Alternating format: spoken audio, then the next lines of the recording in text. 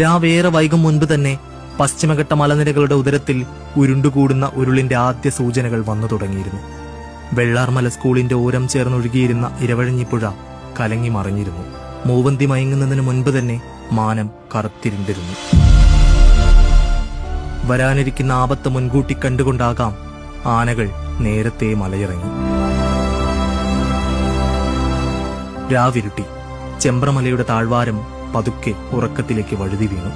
അപ്പോഴും അരുതാത്തതെന്തിനോ ഉള്ള ക്ഷണക്കത്തെന്നോണം പുറത്ത് മഴ ആർത്തലച്ച് പെയ്യുന്നുണ്ടായിരുന്നു. തോരാത്ത മഴയിൽ കുന്നിൻ മുകളിലെ നനഞ്ഞു കുതിർന്ന മണ്ണും പാറക്കെട്ടുകളും താഴേക്കിടിഞ്ഞു.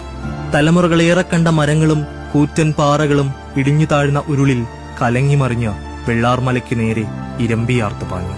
കണ്ണടച്ചു തുറക്കും മുൻപ് പുഞ്ചിരിമട്ടവും മുണ്ടക്കയും വെള്ളാർമലയുമെല്ലാം കുത്തിയൊലിച്ചെത്തിയ മലവെള്ളപ്പാച്ചിലിൽ ഓർമ്മകളുടെ മണ്ണടരുകളിലേക്ക് മറഞ്ഞുപോയി.